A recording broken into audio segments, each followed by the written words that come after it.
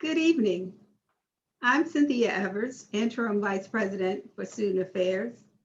I want to share information today with you about the Division of Student Affairs, Enriching Student Development.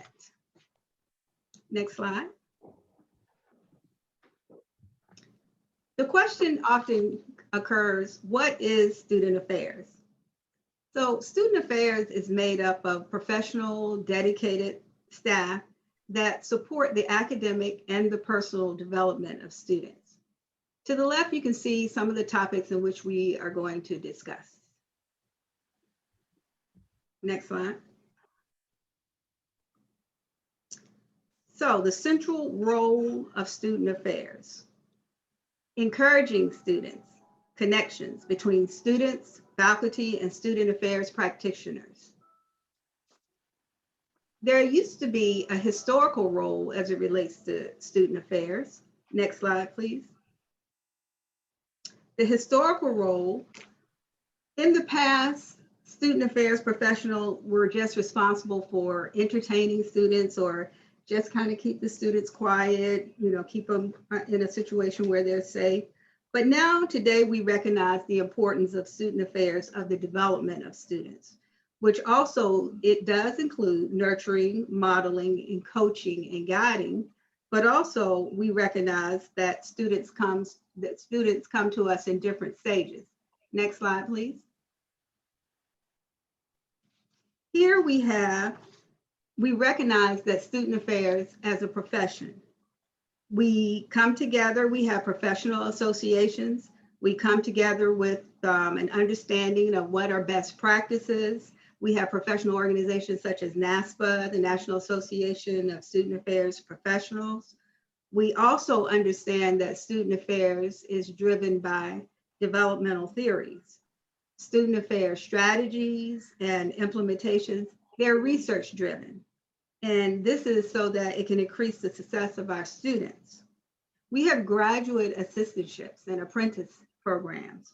We partner with our very own doctoral programs, HELPS, that's the Higher Education Leadership Program, and we actually hire students in our units. And this is an opportunity for students to get the practice, they get the theory in the classroom, but also to get the practice to understand what it means to be in student affairs. Next slide. We also understand that these are some of the actual different developmental theories that we utilize in student affairs. We have cognitive development, psychological development, and just different types of, you can see in the legend, just different type of theories in which they are driven. Next slide. Also, we have principles of good practice in student affairs. We want to make sure that we are engaging students. We are developing standards. We set and communicate high expectations for our students. Again, we're nurturing, but we're not enablers. We also create partnerships with advanced educational or academic programming so that we can advance their learning capacity. And also, it's important that we build supportive and inclusive communities. Next slide. Supporting our students. What we want to share and let you know that we have, this is just a general idea as to how student affairs is organized. Many of the different student affairs models, but just to take a look at some of the ways that in which we are organized. We have the Bison intervention team. This is a behavioral team that addresses student behaviors and concerns. And it's not so much as conduct oriented, but it's an opportunity for us to notice trends and maybe patterns that we notice in our students that we can maybe help. For example, we noticed that with the whole national pandemic, there was an uptick in mental health. And as a result, what we did is that we increased our staffing in the University Counseling Center. We increased programming. We got opportunity to become innovative and creative as we made delivery to our students. We also noticed with the Bison intervention team that we had students that had housing and also food insecurities. And as a result, what we did is we went into action and we had the extenuating housing situations during the pandemic where we had students that actually stay on the campus. And also what came out of the Bison intervention team is it's what we call our HU at the store at HU. And this is an opportunity for students that have food insecurity to actually have food to eat. And we've been very, very proud and happy because we've had a lot of donors to provide money and resources so that we can do this in a very seamless and a confidential way.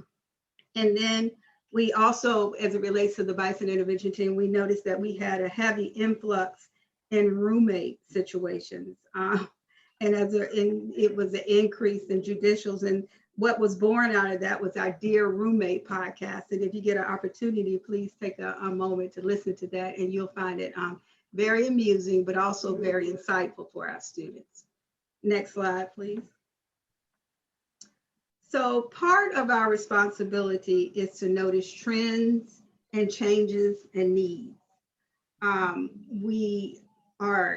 We're looking at, when we had an opportunity to look at our students to find out what are their needs, what is happening, where they are. And quite naturally, we've done it over the course of time. We had an opportunity during this national pandemic to make sure that we stay in contact with our students. We did these Bison wellness calls where we actually had staff stationed and just reached out to students to find out, how are you doing and what can we do to help, or what we can do to support you. So what we've come up with is that we understand that we need to kind of look at a change of culture as it relates to what's going on with our students right now. We understand that there's a three-pronged approach that we are looking at this. And the first approach has to do with the MECA-minded. We know that we have students that are first generation university students, and for some of them, they just don't have that know-how as to how to navigate through the university and to get things done. Had they been here, it would have just been easier to just ask their roommate or ask a faculty member or staff member how to do that. So what we had to do was to create webinars to make sure that our students understood, and again, targeting the first generation students, so that they were able to understand how you go about registering, or how you go about meeting with an advisor, or things of that nature. So that has been proven to be a very good initiative, or one of the prongs, because students have completed surveys and indicated to us how well it was received. The second prong of change of culture has to do with on becoming a Bison. And this is where we actually have these mandatory classes for our freshman students. And that what we will do here is that we will actually have these classes where we talk to our students about the history of the institution, so that they know from whence they've come and what this whole Howard experience is about. And we will talk to them about, what does it mean to be a Bison student? What does it mean to be a Bison woman or a Bison man or a Bison student? And also just to speak to the whole notion of social graces, the skills to interact with professionalism, or to just interact with manners, or how just to navigate in a political climate, those social justices or those things of that nature, to help them so when they leave us, the university, that they will be well prepared for the world. The third prong has to do with student conduct and community standards initiative. And this has to do with accountability. And this is an opportunity for where student conduct and also the general counsel, they've gotten together. And what they do is that they make sure that students are aware of the expectations and consequences and community standards. And it's just a reinforcement. And this particular prong has been proven to be very, very interesting, simply because students, for a lot of them, they just didn't know, or they weren't aware of policies and procedures and things like that. And then they've also gotten involved where they have helped to create policies and procedures and things of that nature. So that has been a really beautiful experience. Now, the fourth approach that is now being vetted, I said three, but now I'm going to tell you guys about the fourth one. And that has to do with you, the alums. And this is just an opportunity for us to kind of integrate our students with alums because you have stories to tell. You have experiences that students could just really get a lot of information about. You may be familiar with the TED Talks approach. We have come up with the Bison Talk. And it's similar to what the TED Talk is. And what we would like to do is that we will send out a survey to the alums to just kind of get an opportunity for alums, former faculty and staff to just speak to our students. You have some exciting careers, you have exciting messages and stories to share with our students. So this is the type of thing that we're wanting to do to just try to make our students once again ready for the world. Lastly, we want our students to have fun. We want students to bond with one another, especially coming off the heels of COVID and all that they've experienced with the national pandemic. We are wanting them to, we're creating activities so that they will have a sense of belonging or just, knowing one another, because it's going to be, something new that they've been away from for a time. So it's important to do that. And we have collaborated with academic affairs, different units within academic affairs, the Office of Undergraduate Studies. Some of you may know we collaborate with Orientation, Bison Week, Reds Fest, and we also collaborate with the International Study Abroad Program and so forth. So once again, we're always thinking about creative and innovative ways to support our students' needs. Next slide. Okay, so once again, there are various models of student affairs, but we can move on to the next slide. Okay, here is just a little bit more on the philosophy of student needs. We know that it's important to have its accessibility, student engagement, civic engagement, etc. Next slide, please. Okay, in addition, we also like to share that there are several units within the student affairs.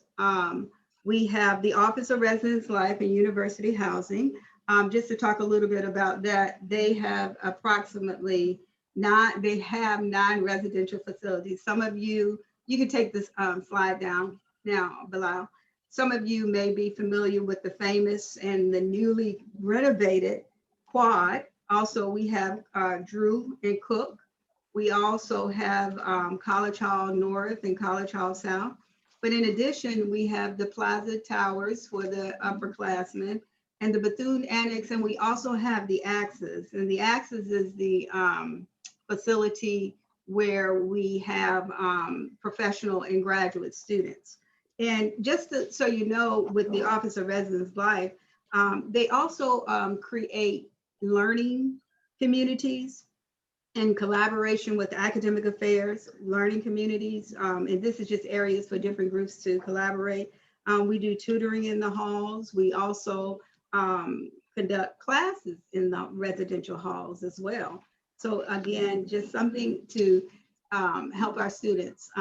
We are working on students in the classes for residence hall. Sometimes the students want to come downstairs in their pajamas, and that may not work out so well, but we're working on that. But in addition, the Office of Campus Life, and you'll hear more from Dr. Tillman, but this office it kind of consists of a couple units.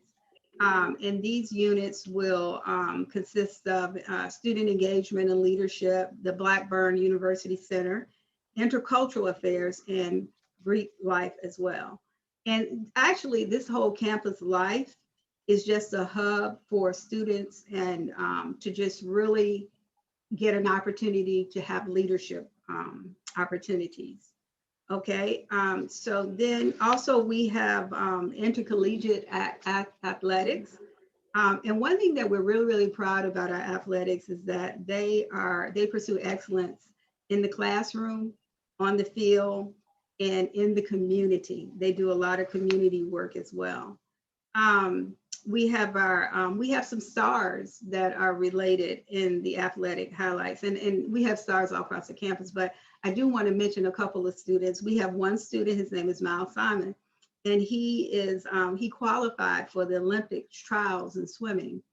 And then we also have Greg Odom, who was the PGA Works National Collegiate Champion. And then we have the HU women's basketball team who secured first place in the MEAC Northern Division Championship. So a lot of great things academically as well as sports going on here at the university. So I will stop right there, and I will start off with some of the questions. And I'll start off with Mr. Walter Savance. He is the coordinator for housing. He will talk a little bit about off-campus housing and community engagement. Thank you. So as it relates to off-campus housing and community engagement, we have a lot of things going on in our area right now. And the first thing is just trying to be a resource for our students to find off-campus housing. We have the off-campus housing fair coming up next week, May 27th, from 12 until 2, and that will be on our website. It's the virtual fair, where we just kind of help some of our students find housing, talk through leasing, talk through renters insurance, talk to finding furniture as well. The office has provided services to students throughout the pandemic by setting up one-on-one appointments to help students that may have a struggle finding housing in the area, and helping them find affordable housing in the area as well. So those are some things that we have going on in our office, and we are always willing and able to help students find additional resources in the area and volunteer opportunities in the area as well. Thank you. Another unit that we have is the Office of Student Conduct and Community Standards. As you know, part of our responsibility is that we must hold students accountable because, again, we want them to be ready for the world. And our whole mission that we try to use this as an opportunity to help students to make enlightened decisions and to become astute problem solvers, and just to learn how to manage and resolve conflict with emotional intelligence. And emotional intelligence is just the capacity to handle oneself in this space and to just obtain personal and professional success. So these are the things we don't want to come across as a dictator, where you're just making students, do this and that. But we want to tell them the reasons why and have them to be able to handle themselves, if you will. Also, we have the Office of Student Services, and within the Office of Student Services, we have veteran services, students with disabilities, training programs, and they do a lot of things and to just support our students' well-being. So I'll now point to Mr. Christopher Rohn, if he could speak to us about veteran services, that he is our veteran services coordinator. Yes, thank you, Dr. Evers. With Veteran Services, we offer a full umbrella of services for our students that are both veterans, whether they're on active duty or whether they're dependents of veterans. We offer services for their education benefits that consist of both our Chapter 31 program, which pays for pretty much all of their tuition and fees, their books, any expenses that they have while they're at the university. It's a full service that's offered to those students. We also offer our Chapter 33 benefit program, which also pays tuition and fees only, but it gives the student a monthly housing allowance, and it also pays for their books. So definitely a very good program for both undergraduate and graduate students. And then for our dependent students, we offer dependent benefits, which gives them a monthly housing allowance up to about $2,500 a month, just for living expenses while they're pursuing their degree, whether it's undergraduate or graduate. And then we offer programs for our National Guard and our Reserve Service members that help support them while they're in school as far as tuition payments. But not only do we deal with the payment side and the support while they're matriculating through the university, we also provide a service that really help guide them through their various programs. So we offer as a liaison for the university, whether it's to connect them with counseling, whether it's to connect them with our disability support services, or help and advise them on different departments of the university, whether it's career services. We're, in most cases, their first line of contact to give them guidance to where to go for the university. Okay, thank you. Appreciate that. But also in the Office of Student Services, we have student wellness, and we spoke a little bit, I spoke a little bit about that, how we have our food resource center, the food pantry, but there are also times when we just have extenuating circumstances where students just need some direction or nurturing as to, you know, where to go, what to do. And we've been doing a lot of that during the pandemic, and it's just been really rewarding for us, but also supportive and helpful to the students. In addition, the Office of Student Services provides support for disability support services. We also provide reasonable accommodations, testing accommodations, and alternative formal text for students that may necessarily need it. Now, just to move on to the University Counseling Services Center, during the pandemic, I have to share that the Office of University Counseling has been working very creatively and innovatively to meet the needs of our students. They have this UCS Doctoral Internship program.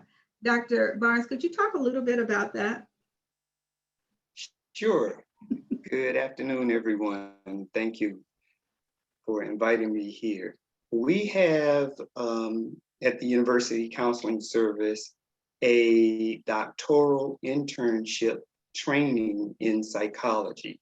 And we're happy to say that our doctoral internship training is the only accredited AP, American Psychological Association accredited doctoral internship program in the country in an HBCU. So we're happy about that. And we just received reaccreditation for 10 years, which is the longest that you can have from the American Psychological Association accreditation board. Okay, thank you so much for that. Very, very proud, very, very proud of that. I will also share that the University Counseling Services, they provide more than 20,200 clinical hours of support to students this academic year. And also they have over 200 outreach activities. They've done Zooms, they've done Teams, they've done PSAs, webinars, and also even podcasts, which was something new for them to participate in this year. And they've also transitioned to an electronic health record system. And this has been proven to be very, very useful because it's a more efficient way to get students in so that they can be seen effectively, efficiently, in a timely manner. Another unit that I'd like to mention is the Student Health Center. And this is just a typical student health center.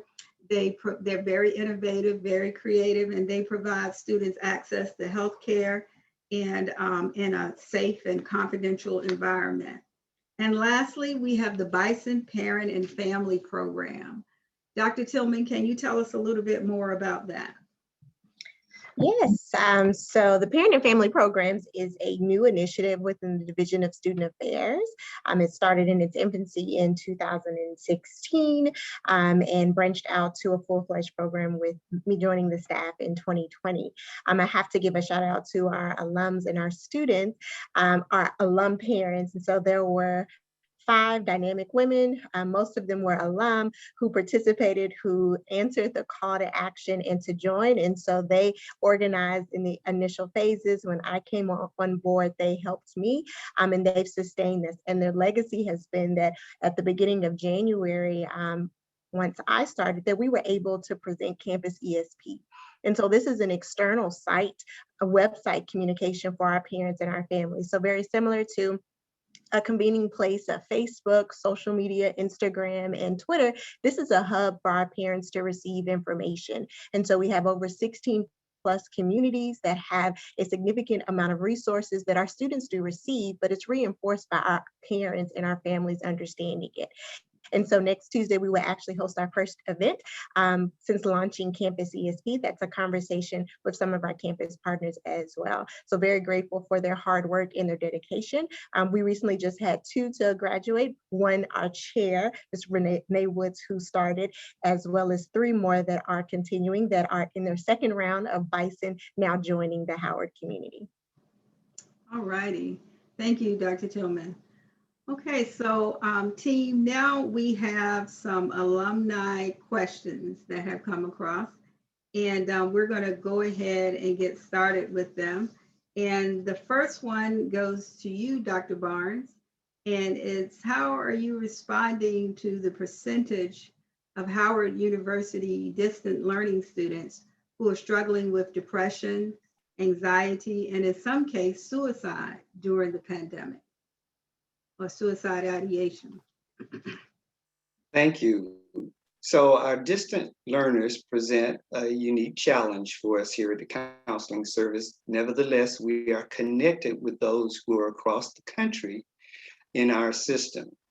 And what has happened is that because of jurisdictional licensure restrictions, we can only practice while students are in the District of Columbia. However, we do have a mechanism that students can still call to the counseling service, can still email to the counseling service, can still make contact with us and receive referral information for those students who are across the country. We're in those jurisdictions in which we cannot legally practice.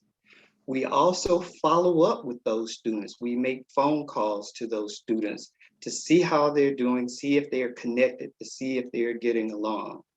For those students in our geographical area here, who are in DC, Maryland, and Virginia, many of them drive into the district to have their sessions. And so we work with them in their sessions there. In addition to that, what we've done since the onset of COVID and what we will continue into the fall and going forth is we have a variety of outreach programs. Those outreach programs available to anyone because they are virtual from any place in the country. And they address issues like depression, distance learning, procrastination, loneliness, isolation, and so forth. So those are the things that we put out there. And in the fall, we're starting a new series of workshops.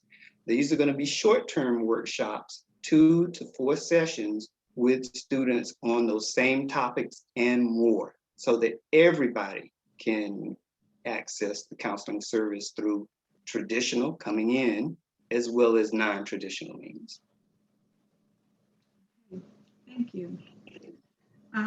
There were a couple of questions about retention in the Office of the Vice President for Student Affairs. We've had, I'm the interim Vice President for Student Affairs, and we had an Assistant Vice President to Student Affairs to leave. And so I want to share that, we've had staff in the office that, they did decide to leave due to career opportunities. And in some cases, there were life choices to be near family, et cetera, and so forth. I don't want to get into that too much. But the beauty is that we enlisted new talent to support our students. And I can proudly say that we've hired very talented people, and we haven't skipped a beat. And we've increased staff in areas and have a couple of searches that are going on right now, and they're going to close really, really soon. And we are truly excited about building and recreating and enhancing services for all students. So don't worry, don't get any anxiety about that. We have it covered, and we're very, very happy about the fact that some of the talent that we have recently hired and some that we will be receiving, will be in place very, very soon. Okay. The next question goes to Mr. Rohn. What services are offered to students with challenges, like academic challenges and so forth? Well, first of all, we take a more holistic approach to working with our students. So if they have extenuating circumstances, we address that with them. We find the best solution to the challenge that they're encountering. If it's a student that has challenges with courses and they qualify for services, we look to be able to address that situation for them based on the federal government ADA policies. So we look at what the student's challenge is and we try to align them with the appropriate department that can better support them. And we guide them through that whole process to make sure that they're taken care of. Okay, thank you. Okay, the next question, Dr. Tillman. Is there a plan to increase the resources to enhance the Showtime marching band and other student extracurricular activities? Yes, thank you for that. So with the Office of Campus Life, the Showtime Marching Band is actually within a unit and an opportunity affinity within academic affairs. And so we do support our marching band and the resources that they have, but therefore their focus and their guidance and management comes from academic affairs. For our student organizations, Campus Life is the hub. And so we have 225 student organizations that were active throughout a virtual school year and throughout the pandemic. And so our students were creating programming from our Greek life students, our student organizations for specific niche populations, and our selective organizations. The Campus Life staff has done an amazing job of encouraging and empowering our student groups to be supportive, as well as our student leaders from our HUSA government, our Senate, our Royal Court, and our Greek life students. They have also accepted that call to create programming for their peers throughout this time. And so increasing resources is a three-pronged approach for us. First, we definitely want to understand who our students are and what they need. As our students are coming from us to us from different parts of the world and they have different interests, we encourage our students to create a brand new organization that they may have that fits their needs or the demographic that they see. Additionally, we also like to have our students to create some type of support. And so a collaborative opportunity with different offices on campus. If a student has a focus in career development, we should definitely have conversations on how we can partner with our career services department. And then lastly, reaching back. Our student organizations have such a rich history. We have organizations beyond our Greek life that has been on campus for several years. And so there's an opportunity for our alums to also get involved and engage in the mentoring and the support of our new student leaders and the organizations that we have. So as we enter into the new academic year, the Office of Campus Life will definitely have a more structured opportunity for our alums to be involved, our students to be engaged, and to really enjoy the campus life experience as they see it. Okay. There's a question that kind of piggybacks on the Greek life, and it says Bloomsburg College has announced that they will no longer have Greek life. Do we at Howard University have to worry about that? Yes, so a bit of current events. This was a recent announcement from colleagues in Bloomsburg at that institution regarding eliminating their campus life. I think largely it is a great aspect to point out that at Howard University, we have the privilege and pleasure of hosting 5 alpha chapters and 2 single letter chapters. And so that is an enormous amount of history and engagement, legacy, alumni rapport that our organizations have. I can say that within our subunit of Greek affairs, our staff there has done an amazing job of teaching hazing prevention strategies, workshops and trainings for our students as they conduct the membership intake process and as they navigate support into new members and prospective members as well. So currently now there is not a concern of Howard University eliminating Greek life, but there is a larger opportunity for our alums, particularly our alums that are connected and affiliated with Greek life, to continue to support our chapters in their programming and resources, and to also be a avenue for career development. Okay, thank you very much. I appreciate that. Mhm. The next question, Mr. Rohn, how has the pandemic affected veterans' benefits? For veteran benefits, typically in the past, it was a face-to-face process where we met with students and guide them through the process.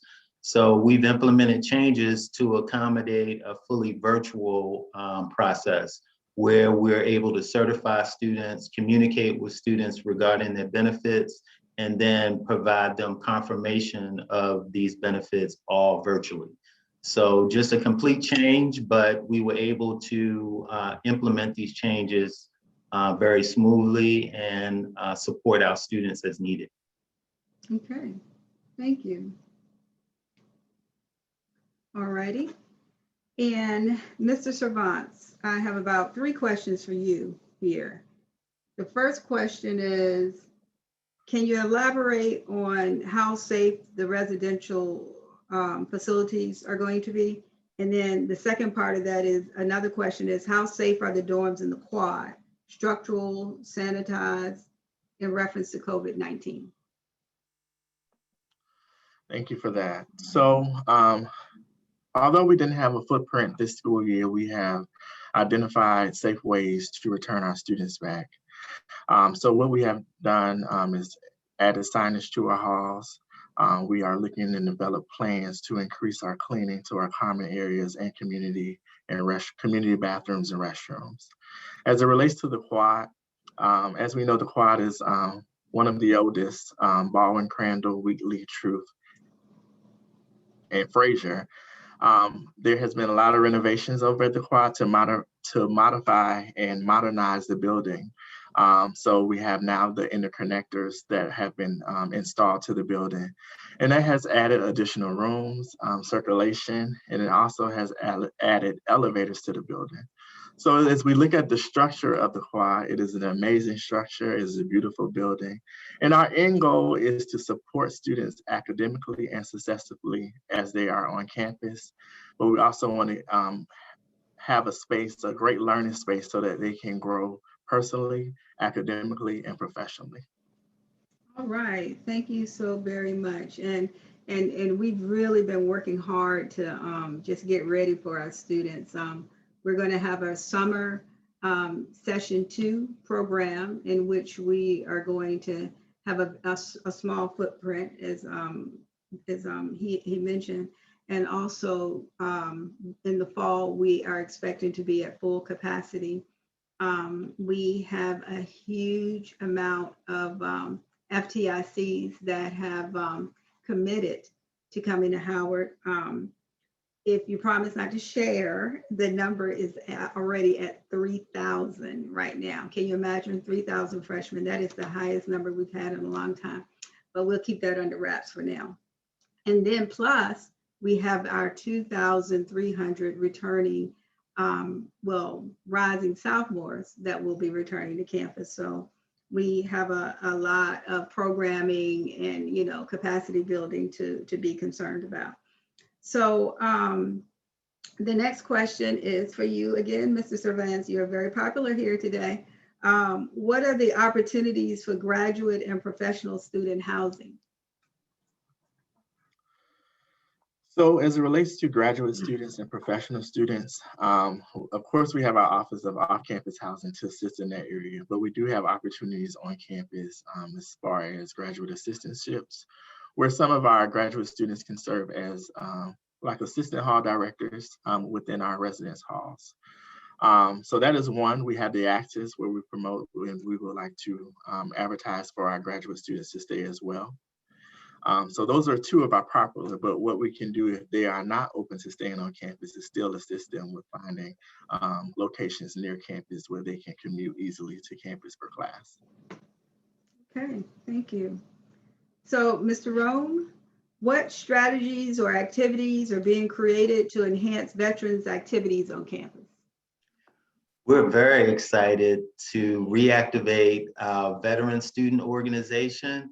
And this is going to give us an opportunity to really engage both undergraduate and graduate students that are veterans or dependents of veterans and get them actively involved in campus activities as well as veteran-related activities. So we're excited to bring that back for the fall and get that moving forward.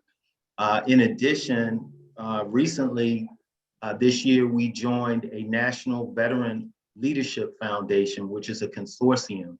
And this is where 12 universities were selected. Howard is one of actually the only HBCU that was selected.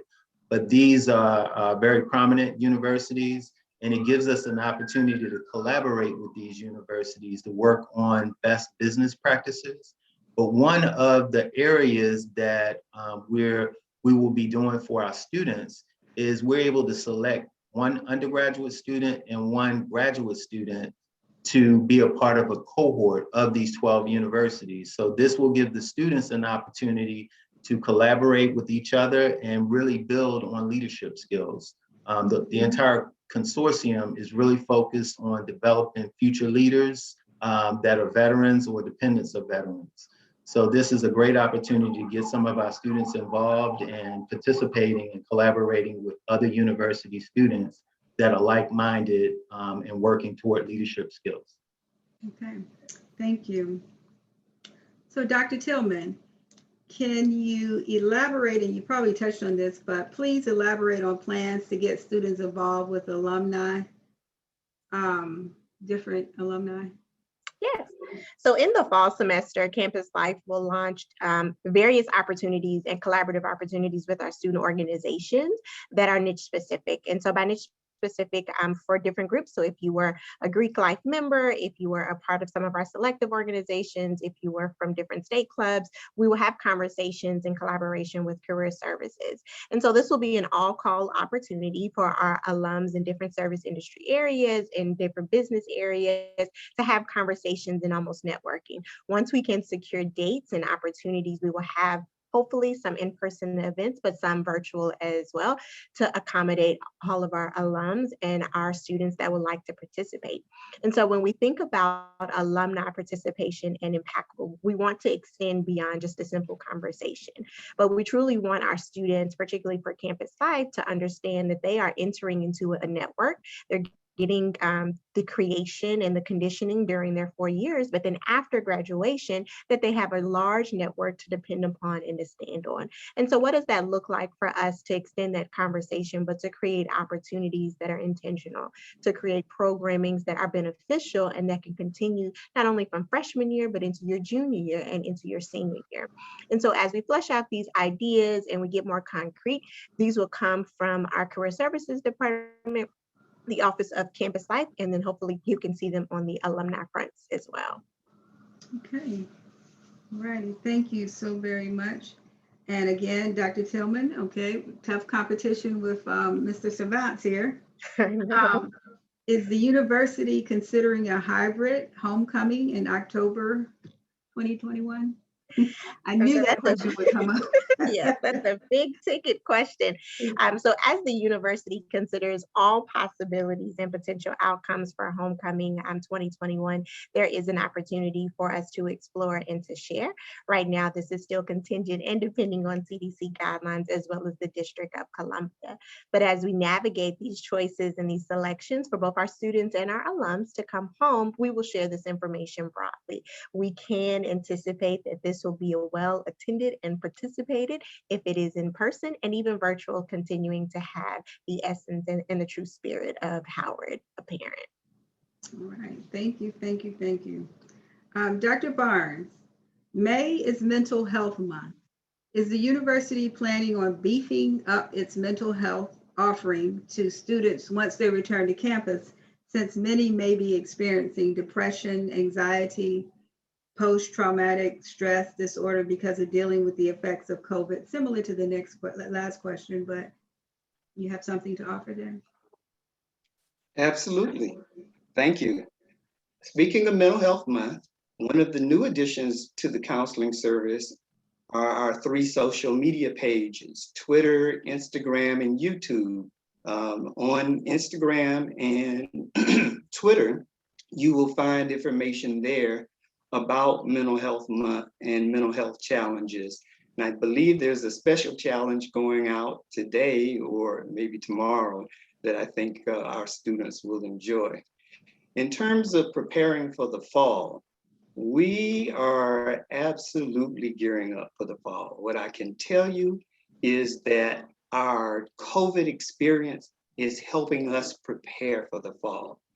Once COVID hit March 13th, 2020, that was my day, that was a Friday the 13th, we spun into action. We went 100% virtual, we increased our outreach, and we have been working in that vein all through this time. As we get into the fall, UCS will function in person and virtually in the fall. Why will we continue to function virtually? Because we found out some things when we did this over the past year, that a lot of students like virtual work because, one, they don't have to walk to the place, they don't have to show their face, it increases their privacy, their confidentiality, and it helps us to serve more students because it saves a lot of time. So we will be working virtually with students. We're in the process now of preparing emotional preparedness tips for when we return to campus. Coming back to campus is a readjustment. You've been out there. No one expected that we would be there a year, and by the time August comes, 6 months or so. So we have to readjust. It's like, having to learn to walk again if you've been in an accident or something like that. So students are going to come back to campus and there are going to be some things that they need to know and expect. We are having new hires. We are hiring new staff for the counseling service, part-time staff and full-time staff to help us deal with the demand that we will have as a result of COVID. We are having COVID-related or specific kinds of topics, workshops, the wellness workshop seminars. We will be doing sessions on grief, loss, isolation, the readjustment, and so forth. So in terms of the fall, we will also be doing what we call right now a freshman seminar. And that is, the University Counseling Service has a wealth of information about what sort of are the snares for freshmen when they come in. Why? Because we talk to freshmen and we know that. So what we've decided to do is to talk to freshmen in a couple of sessions and let them know, here are some of the pitfalls, here are some of the dating pitfalls, what have you. Don't put all your eggs in one basket, so to speak, and don't expect whoever you date to do that as well. And that's just an example of what we'll do there. We're also preparing to have a peer health educator program. This is new. We were going to start, and we will be able to start this fall, where each college and school will have 2 or 3 peer advisors who are able to, one, work with folks on passing the COVID safety methods. We're still not completely out of the woods, so there are things that we need to adhere to, and to observe for signs of mental distress, emotional distress among our students, and be able to talk to them to make the appropriate referral for us. And again, we have the outreach program. We will continue that. We did it completely virtual over the year we've been out. We will do it virtual and we will do it in person, but with virtual, people can catch information on the run. So those are some of the things that we'll be doing in the fall. Thank you, Dr. Barnes. The next question, we understand that you have a food pantry. How can we as alums support? Mr. Rohn, you want to speak to that? Sure. This is a great opportunity for alumni to get involved. We would welcome the opportunity for donations.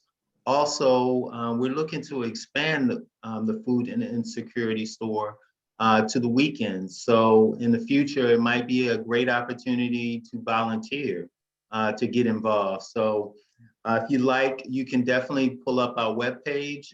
The easiest way to get there, if you Google the store at HU, again, that's the store at HU, it'll bring right up our webpage, and you can contact us and let us know what you'd like to get involved with. We would love to have your support. Again, the whole program is to provide additional support for our students. And we all know that during this time, it's been very challenging. So the more support that we can provide for them, the better, the opportunity is. Okay, thank you very much. Question, Dr. Tillman, Bison Week used to be the highlight when I attended. Do you still do this? Do you still have this? Yes, Bison Week is still a thing, and it will be an even bigger thing this year as we potentially welcome students back to campus. And so Bison Week will be the culmination beginning of our first time in college students, and this will be an opportunity for them to get a new orientation to campus. We recognize the particular position that we are in, and so we have 2 classes of students that will be coming to the Mecca that have not actually seen campus particularly. And so for our HU24 students, we will also have Spirit Weekend. And so this will be the weekend right before the school year starts, where it's all about HU24. And so we'll have several events safely that we can orient our students to Howard University and to their new home. And for HU25, as we welcome our students in a longer week, there will still be historical programming that's always been there, but this will be an effort for us to work collaboratively with campus partners. So our partners in Housing and Residence Life, in the Office of Undergraduate Studies, and with Health Services as well, to welcome students. This is also a great opportunity for our first time in college and our sophomore students to meet their student leaders. And so we're very excited about the efforts and the excitement that they have to welcome their students for HU24 and for HU25. So Bison Week and Spirit Weekend will be the hot ticket. All right, thank you so much. And we look forward to those activities as well. Dr. Tillman, also, when will the Blackburn renovations be complete? Can you tell us a little bit about that? So currently Blackburn University Center is undergoing a series of renovations. And so in a disguise of a moment this past year being offline and the university not having a large footprint on campus has been a great time for renovations to begin and to continue. And so as we navigate the construction and the redesign of the Blackburn University Center, we are moving towards an expected date of reopening. This will be a wonderful occasion for our alums to come back and to see the Blackburn Center as it is newly renovated and redesigned in an effort to not only support our student organizations, our faculty and staff, but alums that are in the area and that come back for different events.